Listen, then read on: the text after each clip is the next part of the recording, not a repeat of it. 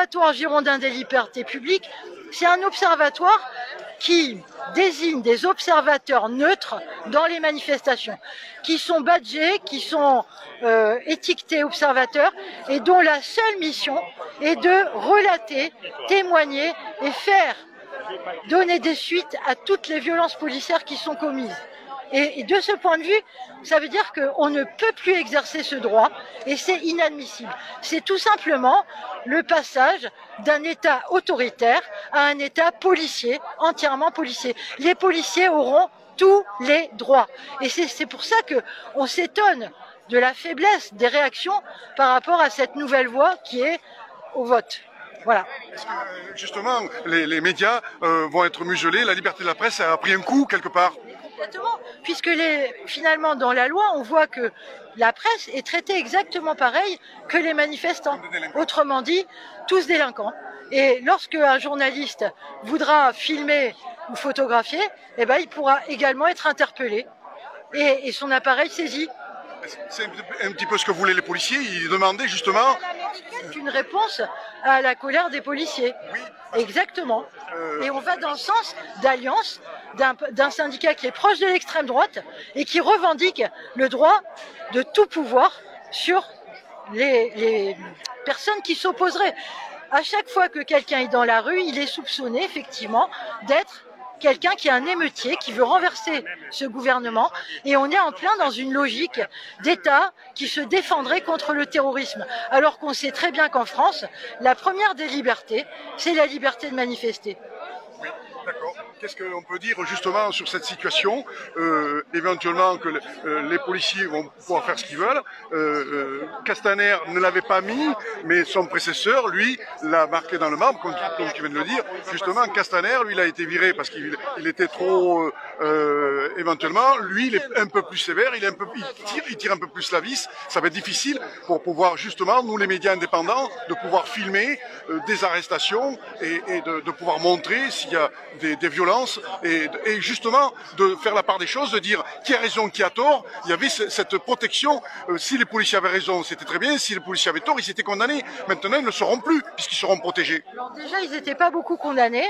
Ce qu'on a remarqué quand même, c'est que malgré des violences extrêmes qui étaient avérées, avec des faits avérés, beaucoup de policiers n'ont pas été condamnés. Donc on savait déjà qu'il y avait une grande tolérance à l'égard de ce qui pouvait se passer en manifestation. Moi, je pense que la seule façon de faire contrepoids, c'est de diffuser cette information. Parce que je crois que cette loi, elle est passée finalement dans une certaine opacité et que les gens ne sont pas vraiment au courant de ce qui est en train de se passer. D'autre part, on est dans une situation d'urgence sanitaire qui fait que pour le gouvernement, c'est très facile de s'appuyer sur derrière une idée de il faut rester sage quand il faut faire l'unité. On va pas s'empailler les uns avec les autres. Non, non, c'est la grande unité nationale. Ça ne repose sur rien du tout et surtout pas sur la situation des droits et libertés, notamment des libertés individuelles qui sont extrêmement menacées. Mais je vous parle pas des libertés collectives, les libertés effectivement syndicales, etc.